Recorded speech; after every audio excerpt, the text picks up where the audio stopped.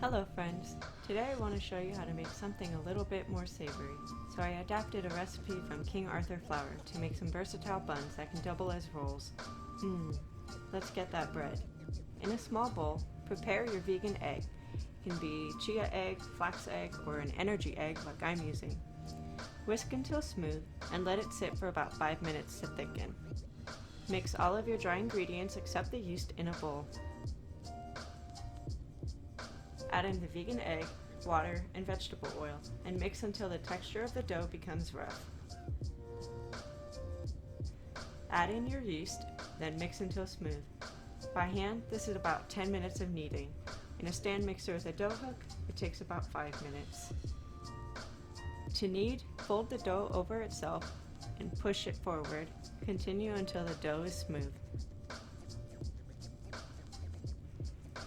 Form the dough into a ball and cover to let it proof for about 1 hour. The dough should double in size.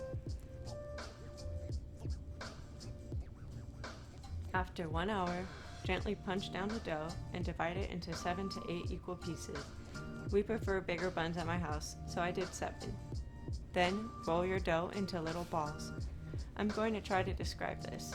Cup your hand and lightly press the dough down, rolling in circles. Use the area of your palm to help form the ball. Stop once it becomes smooth. Assemble the balls onto your baking sheet, leaving ample space in between. Cover and let it proof for about 1 to 2 hours.